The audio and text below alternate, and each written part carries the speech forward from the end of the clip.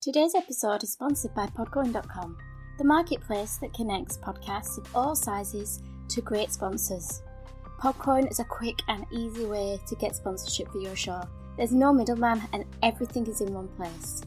More importantly, you retain control of your podcast, who sponsors you and when, while also being compensated for your work. I love creating It's Murder Up North. However, I also have a full-time job and two beautiful girls to look after. I simply don't have time to contact individual sponsors, and that is why I love the convenience of Podcoin. The site is so easy to use. It enables me to connect with sponsors that match my brand, and what's more, frees up time for me to focus on my children and my show. So if your podcast needs sponsors, start connecting today at podcoin.com or click on the link in the show notes. That's podcoin.com. Please be advised, this episode does have content that some may find distressing. As always, listener discretion is advised and it is not suitable for anyone under the age of 13. Hello and welcome to episode 9 of It's Murder Up North, the podcast that explores crimes in the north of England, from the infamous to the obscure. Although today's episode is a standalone, it does tie in with last week's case of Sophie Lancaster. I felt these two stories needed to be told in tandem. Let's head to the episode.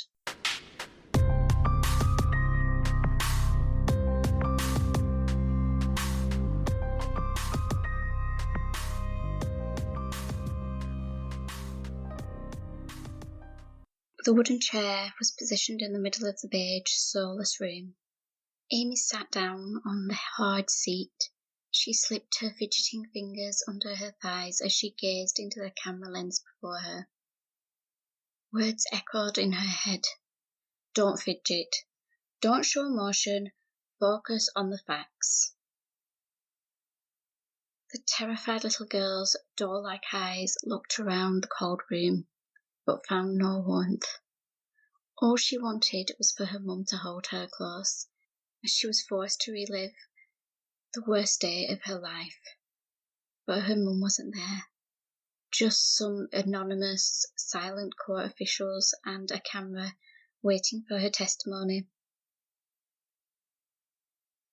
The 12-year-old girl stared into the camera as her words took her back to the 10th of August 2007. It had started like any other day. Amy recalled the mundane events of that Friday. She remembered how that evening her mum had come home early from work due to illness. Her older sister Zoe had finished work and was sat in the kitchen with her boyfriend Tom. Her other sister Danielle was relaxing in her bedroom, while her dad, Gary, sat in the living room working on his computer. Amy recalled how quiet and peaceful it was that night. She settled on her bed with a book. The stillness was broken by the sound of glass shattering and loud voices outside. Peering out of the window, she could just make out a number of figures moving near her mum's car. It was roughly 9:30 p.m. Amy recalled shouting down to her dad that something was going on outside. Wearing just shorts and a t-shirt, Gary Newlove went to investigate. Barefoot, he walked out onto the driveway, closely followed by Amy. It was dark, but in the amber glow of the streetlights, Gary saw that the car had been vandalised. Amy continued, explaining that they saw a group of people walking off down the street, and before Amy could stop him, her dad went after them. Amy recollected how she told her dad to leave it, to which Mr. Newlove replied, "I've had enough of this." Zoe, Tom and Danielle had now joined Amy on the driveway and they observed 47-year-old Gary approach the group. He wasn't confrontational. He spoke to the gang calmly, asking who had damaged his wife's car. Amy fought back her emotions as she described how the gang circled the father of three and began to mock him, laughing and being disrespectful. Amy and her sisters sensed something was wrong and proceeded to approach the group. A lump came to the 12-year-old girl's throat. She lowered her head to steady her nerves and repressed the urge to cry. Returning her gaze to the camera, she continued, "One of the gang punched Gary in the face. Then another teenager kneed him in the back, causing Gary to crumple to the floor in pain. The gang then set upon him with fists and feet, striking him repeatedly." Amy recalled the jeering and horrific laughter of the yobs as they attacked her defenceless father. She had to fight back her emotions as she described the callous act to the unsympathetic cameras. 12-year-old Amy Newlove's pre-recorded testimony was played to the jury. However, her older sister Zoe, who was just 18 years old, had to stand in the witness box. She had a screen between her and the defendants as she delivered her testimony. She testified that she'd come out to see what all the noise was and watched as her dad approached the gang. As soon as the first punch was thrown, Zoe Newlove raced to help her father. She described how the crazed teens kicked her dad like he was a football. Zoe, with the help of her sisters and boyfriend, tried to stop the gang. She grabbed at their arms and clothes in a desperate attempt to protect her father, in the process of which she too was struck by one of the teens. During Zoe's testimony, she showed great courage. She was confronted with the memories of that terrible night 10 months earlier. She was overwhelmed by the bombardment of questions. She was cross-examined by 5 different people, scrutinising everything she had stated. Zoe felt like she was the one on trial. The girls were not allowed to express their emotions. This could be seen as influencing the jury. They could not tell the courtroom exactly what their father meant to them, or how his death 2 days after the attack had shattered their world. Gary Newlove was a devoted father. He would do anything for his 3 beautiful girls. He was always there for support and guidance. To his children, he wasn't just their dad, he was their best friend. Born and raised in Odsal, an area of Salford in Greater Manchester, Gary married his wife Helen in 1986, and the couple welcomed their first child, Zoe, 4 years later. Shortly after the arrival of Danielle, their second daughter, the family was dealt a devastating blow. Gary was diagnosed with stomach cancer. He was 32 years old. Despite the diagnosis, Gary refused to take any time off work. He endured a 5-hour operation in which the surgeons removed his stomach and spleen. In what Helen described as the most terrifying days of her life, he lay in intensive care following the procedure. She spent 3 days at her husband's bedside. He pulled through, but he was plagued by pain in his back, which made the blow to his back on the night of the attack so excruciating that he fell to the floor.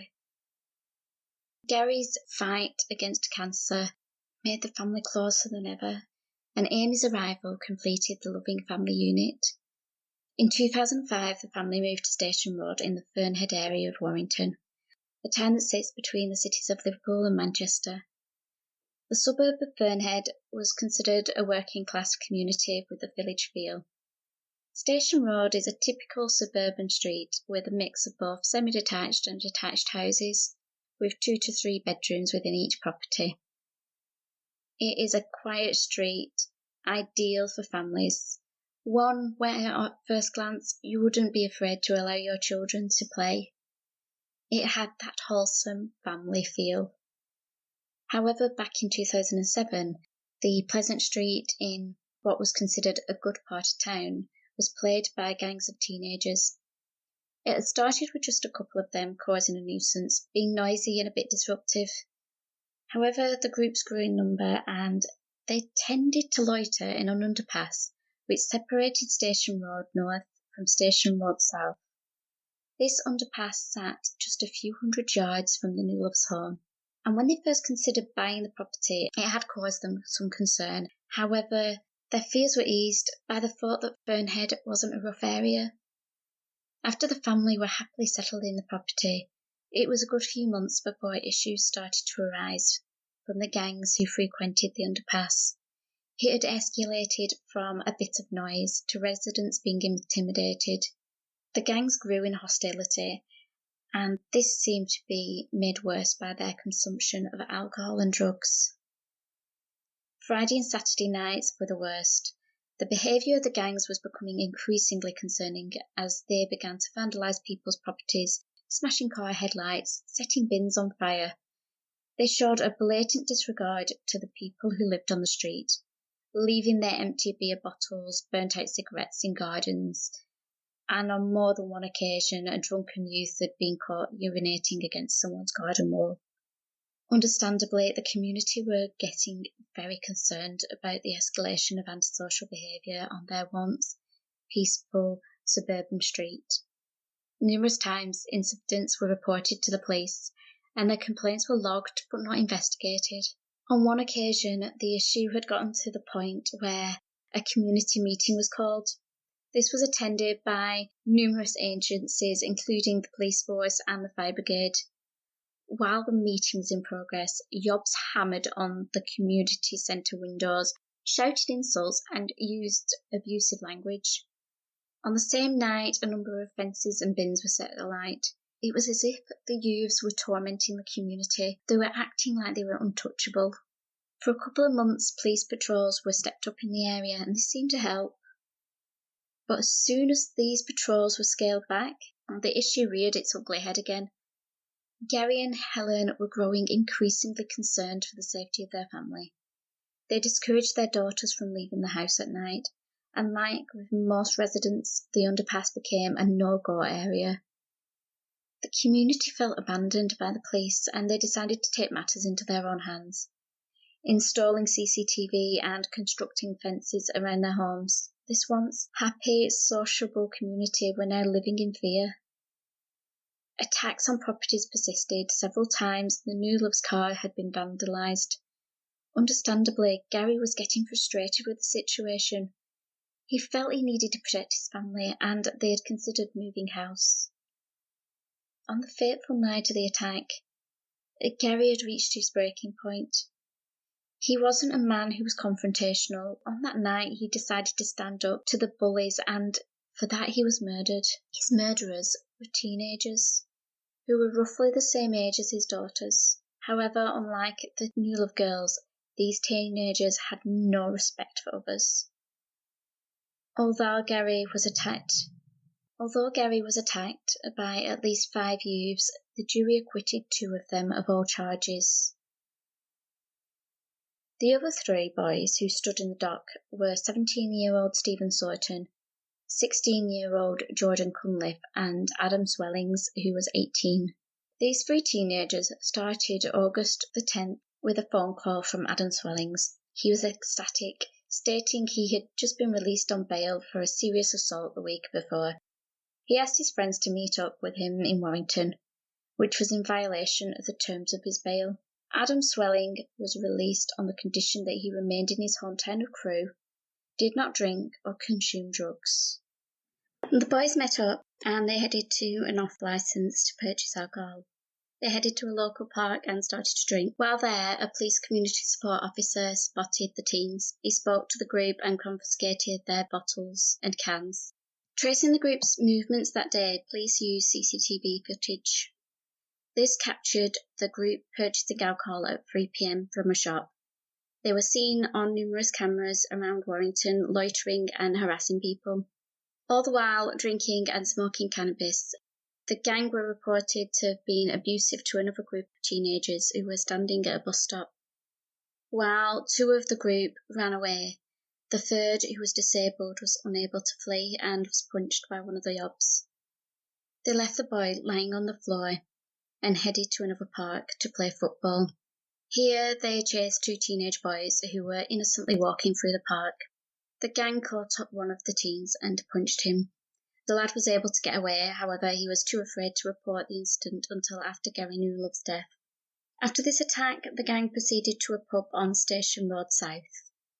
They loitered there for a while, consuming more alcohol, their behaviour becoming increasingly aggressive and disruptive.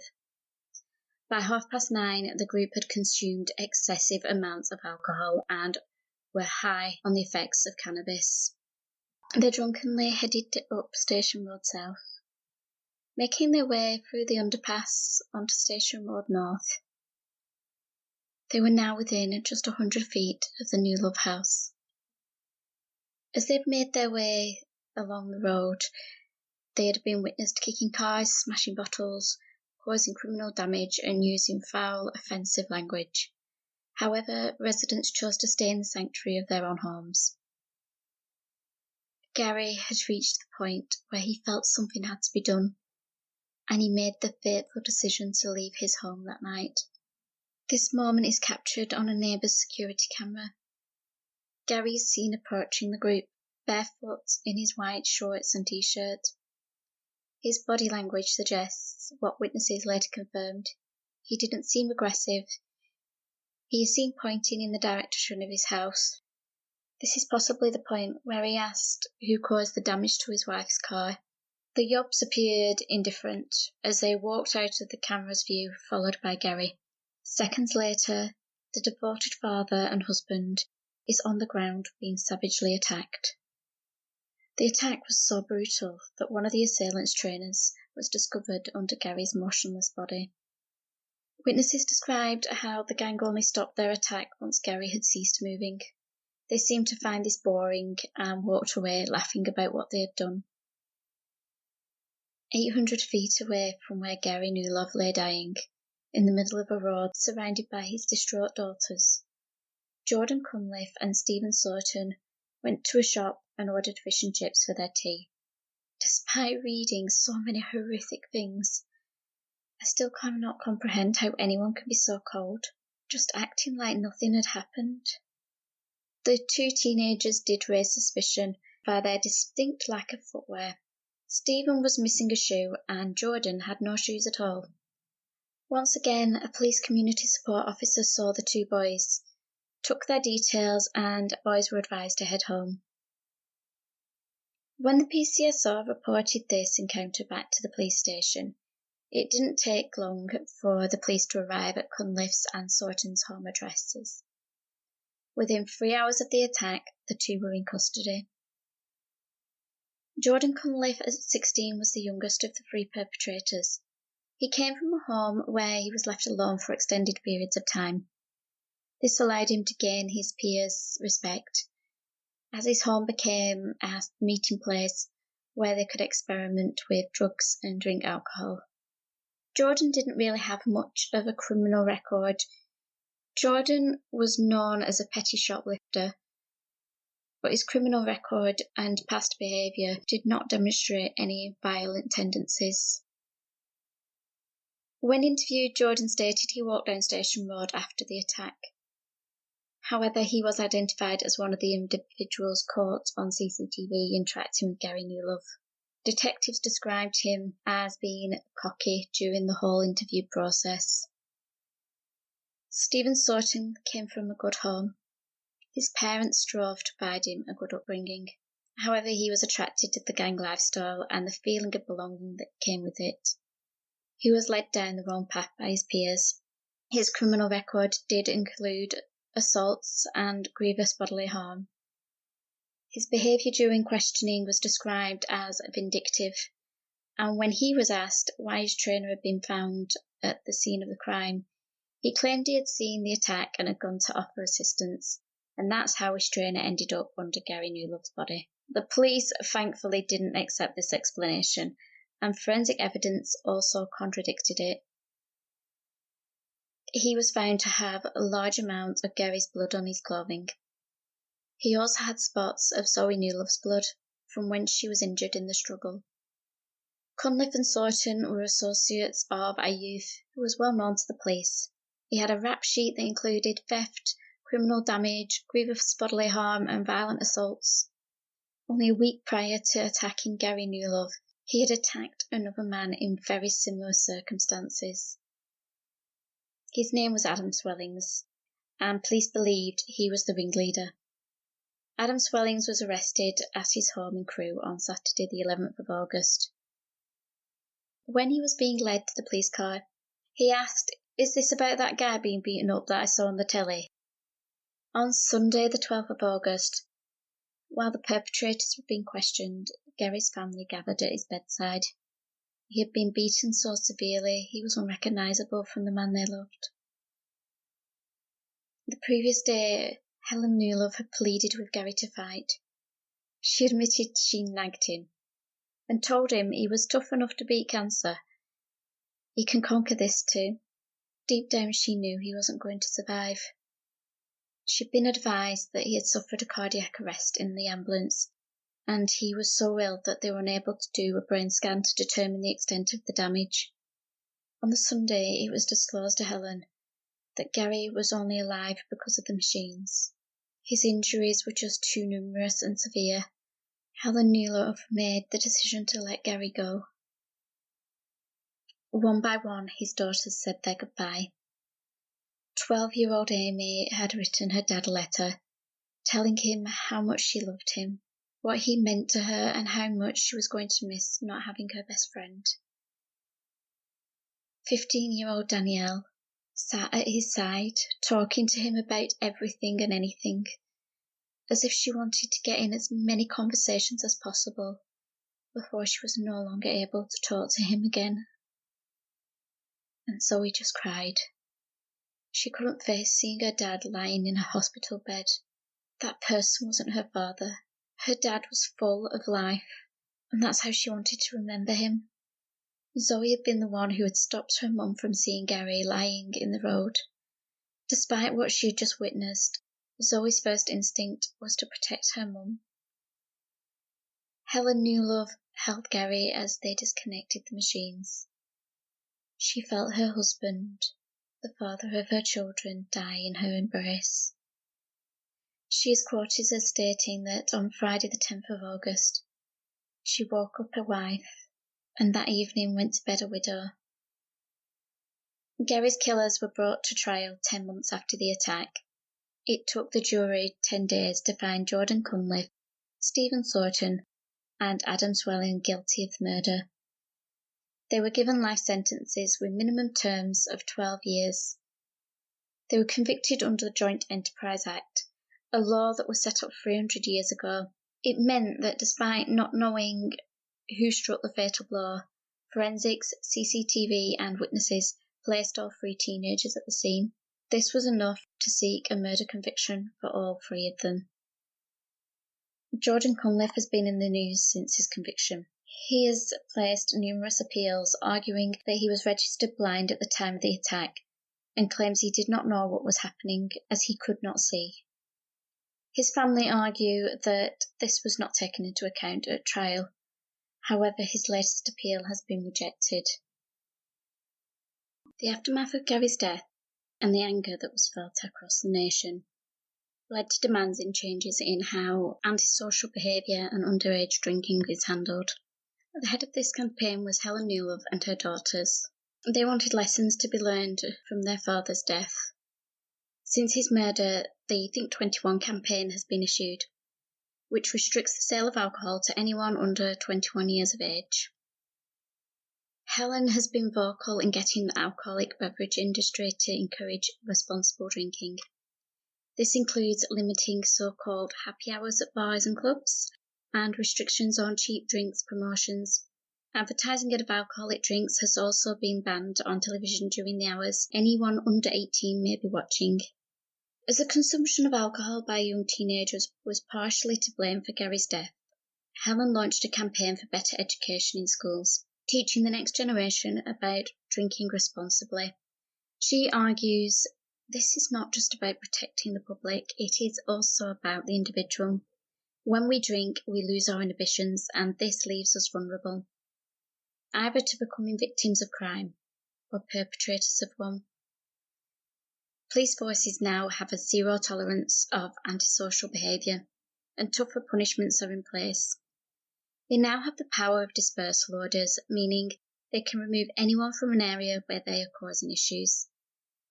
This is primarily used in city centres on a Friday and Saturday night, when someone has had a bit too much to drink, so they're asked to go home. If they return to the area, they are arrested immediately. They were also able to use antisocial behaviour orders, commonly referred to as ASBOs. These can be used to ban any individual from a particular area. This doesn't just cover violence and abusive language, this can also cover things like thefts from shops. These have proven effective. However, there are a small minority who see an ASBO as a badge of honour. This could be blamed on their upbringing, another area that was criticised following Gary Newlove's murder. The parents of the murderers were blamed for their lack of responsibility. People held the parents accountable for their children's behaviour, questioning why they didn't know where their children were, who they were spending time with. More importantly, what were young children doing out on the streets of Warrington at all hours of the night? This question was also raised in the case I covered last week involving Sophie Lancaster. Her murder was also perpetrated by a gang of teenagers who were out well past a time appropriate for young children, and they were also under the influence of alcohol. Helen Newlove has fought for a change in society, and many people have backed her campaign for change, believing that for too long our country has grown to tolerate unacceptable behaviour. Another cause that Helen Newlove has fought passionately about is greater support for witnesses and families of victims.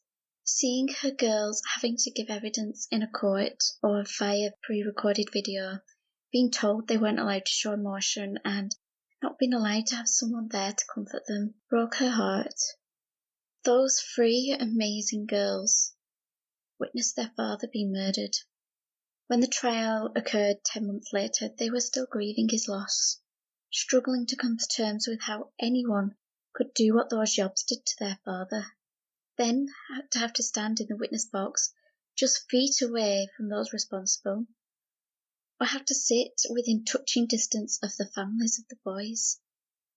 Hearing the teenagers laughing and joking as they sat in the dock. They even fell asleep during proceedings.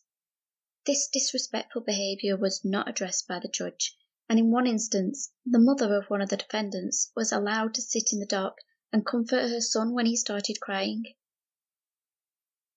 I appreciate that the justice system do not want to bias a jury, but these were little girls who had just lost their father in the most horrific manner. Yet unlike the defendants, they were not given any support or guidance. How can we justify protecting the feelings of the accused and yet ignore those of the witnesses? Due to her work in raising awareness of antisocial behaviour, binge drinking and other social issues, and fighting for the rights of victims and their families, Helen Newlove was named a Baroness in the Queen's Honours List. Like many victims' families who campaign for change, Helen didn't just do it for herself. She wanted to protect others from experiencing the loss her family have. She also wanted to keep Gary's name alive. She wanted for something positive to come from his death. Baroness Helen Newlove and her 3 incredible daughters have made Gary proud. His girls have blossomed into amazing young ladies, although they are still haunted by his death and understandably suffering from anxiety and flashbacks. They have forged through life, graduating from university, passing their exams and driving tests, becoming successful businesswomen. They are embracing life by exploring the world. Helen and Gary wanted to raise their children to be respectful, responsible and integral parts of a community, and those girls took that torch and ran with it. Gary lives on in them and the work they and their mother continue to do to create a better society. The death of Gary Newlove came at a time when antisocial behaviour was an issue in every village, town and city. It didn't matter what area you lived in. You could become a victim. I think that is why this case sticks with so many people. It's the idea that it could have happened to anyone, anywhere. When I used to live in Manchester, my dad was the warden for a sheltered housing scheme for the elderly. I cannot count the number of times he chased off teenagers harassing the residents. It wasn't part of his job, but my dad is the kind of person who wants to protect others and make sure they feel safe. Upon hearing about Gary's death, I too had that unshakable thought my dad could have been Gary Newlove. I've purposely chose to have Sophie Lancaster and Gary Newlove's episodes back to back. They both cover a similar issue with society and demonstrated what happens when families turn their pain into a need for change. Both Sophie and Gary were attacked by a gang of teenagers on the 10th of August 2007 in towns 37 miles apart. It is completely understandable why the nation was angered by their deaths and demanded change. I personally just think it's horrendous that something awful must happen before we see the need to change. Before I conclude the episode, I just want to again honour Helen, Amy, Danielle and Zoe. You are incredible women. Thank you so much for joining me for this episode. I would love to connect with my listeners on Twitter and Facebook. I have also started a Patreon page. I'm working on some more ideas for exclusive treats. Currently, when you sign up, you can help shape the show by giving me your creative input. I will also give you a personal shout out in a future episode. Without your support, there would be no Murder Up North. So please support in any way you wish. From leaving a review to pledging to Patreon. Please join me next week for more Murder Up North. So in the meantime, keep an eye on those shadows.